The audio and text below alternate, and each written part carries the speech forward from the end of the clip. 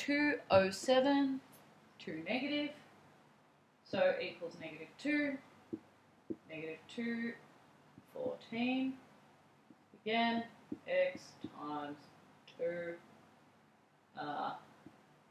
minus, yep, so it's actually the same, x times 2 minus 14 equals negative 2, 12 minus 14 equals negative 2, so each chromium has to have a +6 oxidation number.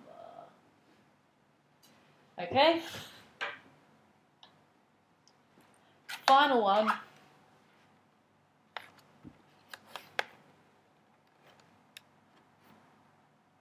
Final one. In which of the following does the oxidation number of sulfur decrease from left to right? You guys can do that by yourself. Try and work that out. If you need help, do. So we're at +5, +6, option D.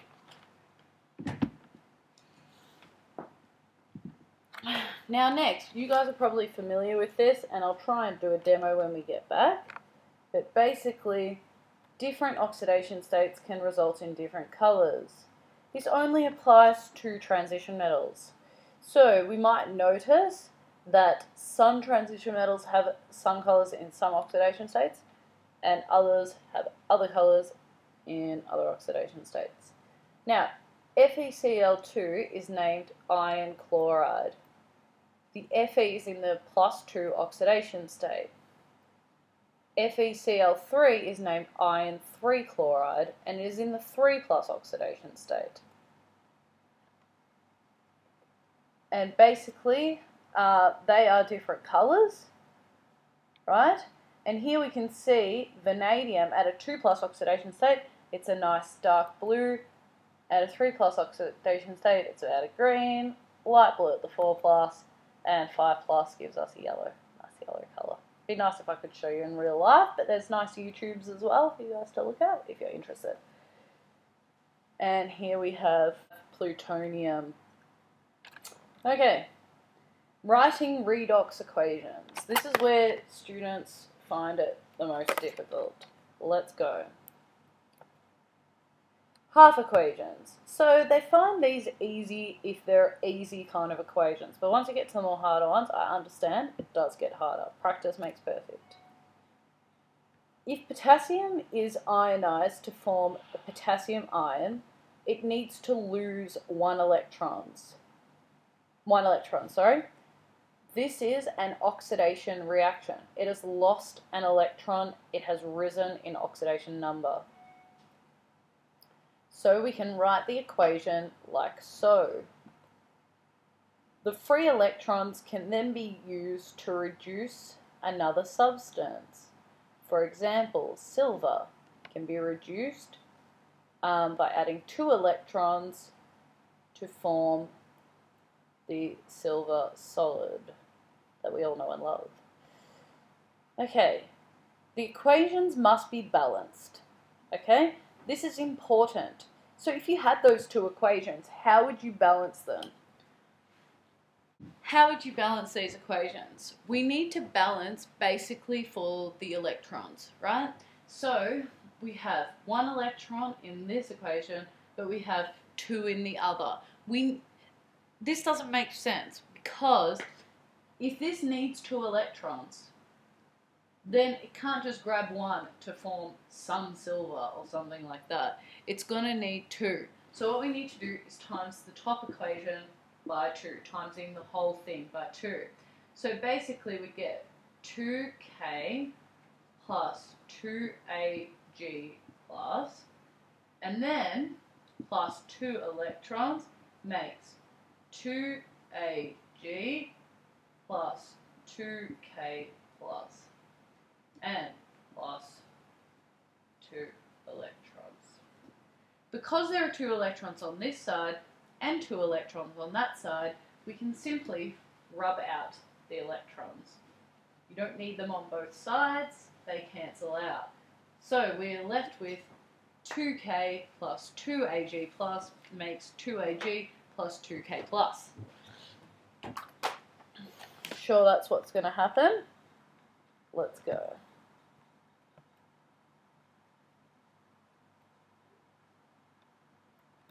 That's 2. Yes. Very good. Simple. Now, okay, thank you for that. Now, you'll be familiar with this table. Don't worry about it too much yet. We're going to do it when we cover galvanic cells. Rules for writing half equations for more difficult ions. These rules you'll need to memorize, but you will memorize by doing lots and lots of reactions. Okay, so we have balance all elements except hydrogen and oxygen, number 1. Number 2, balance the oxygen atoms by adding H2O. Balance the hydrogen atoms by adding H+. Balance the charge by adding electrons, add states. Multiply each half reaction by an integer such that the number of electrons lost in one equals the number of electrons gained in another. Combine the half reactions. Now we have an example from a past exam. Probably can't see it on here. Let me blow it up.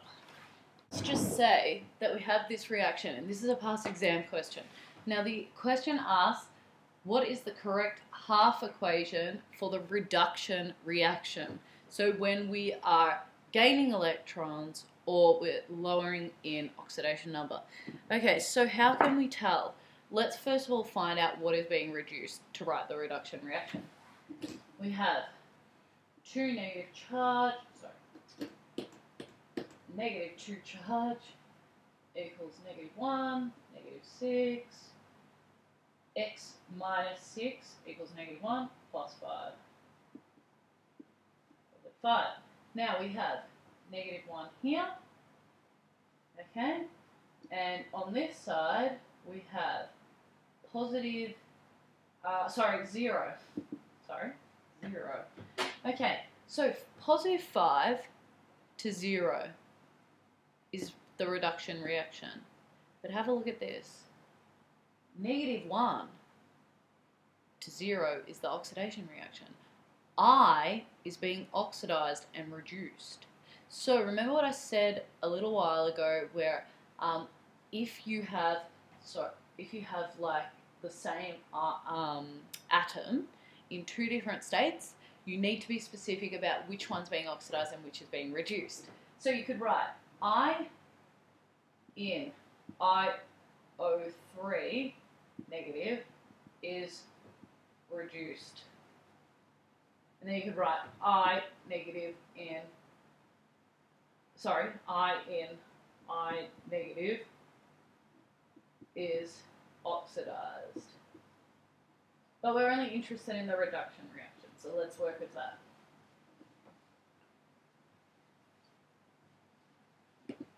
So we've got iO3 negative is converted to I2 solid, right? Happy with that? Make sure we write our states. Now, we need to balance for the ions. So we have I2 here, I there. We're going to need to add another I there. Now, we have 6 oxygens there, but none on this side. How do we balance for oxygens? By adding H2O. So, plus H2O, and we need 6. Quite a few, yeah? So, let's make this a bit smaller so I can fit things in it. Now we need to balance for H+. So what we do is, balance for H. So what we do is add H+. We need 12 of them. And now we need to balance for electrons. That's not coming out well. I'll write that again. 12H+. Now we need to balance for electrons. Basically, we add up the charges. This side, we have 2 times negative 1, negative 2, plus 12 equals 10. And on this side, we have 0, so we need plus 10 electrons because we have plus 10 here. And I will check if that's the right answer, and we got the right answer. Good job, guys. if you have time in your exam, not that you will because it's a very tough exam, you can always do the half oxidation to check. Now, a worked example. This is writing the two half equations, then an overall equation. A pale green solution containing ions, Fe2 plus ions, is mixed with a purple coloured solution forming MnO4 negative ions. The purple colour disappears, Fe3 plus and Mn2 plus ions are formed. So we can already see that Fe goes from 2 plus to plus 3 to 3 plus. So what does that produce? What is that? It's an oxidation reaction. So we go from plus 2 to plus 3, and we add an electron. We remove an electron. Okay, so it's oxidized. Now, Mn is reduced or oxidized. It has to be reduced. So if we write out the half equation, we will get, well, we don't need to balance for Mn because it's one on each side, but we will need to balance for the oxygen, so we add water. Now we'll need to balance for H+, for H's by adding H+. Now we need to balance for charge. Now we have 5 electrons in the reduction reaction, but 1 electron in the oxidation reaction. So what do? We times the oxidation reaction by 5. Add them up, and we get a final reaction like so. So volumetric analysis using redox. Just like an acid-base reaction, a substance of known concentration can be quantitatively analysed, i.e. we can find out the concentration, by reacting with a standard solution. In this case, a redox reaction occurs as an oxidant is reacted with a reductant.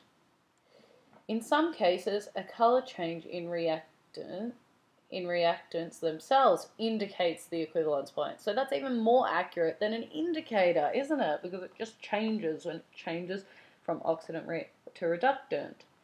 In others, a redox indicator must be added. Back titrations may also be used in redox titrations. So here I have these from your book. What are redox reactions used for? This is important to know because they might ask you, oh, I want to analyze the I might want to analyze the ethanol in wine. How can I do that? And you might answer through a redox reaction. Or they might say, how much hypochlorite is in bleach? And for you guys, you should remember bleach because I brought in the bleach bottle to kind of connect that with you. And hydrogen peroxide in hair bleach. Okay. So here's an example from a past exam, 2011. I want you guys to try this at home. The answer is on the BCAA website under 2011 assessment reports. That will be the answer and it will be a worked solution. But you should be trying that in your own time because it's just revision from volumetric analysis. This is also 2010 exam question. I have it at the top so you can easily track the answer. And these are some multi-choice that I was going to do.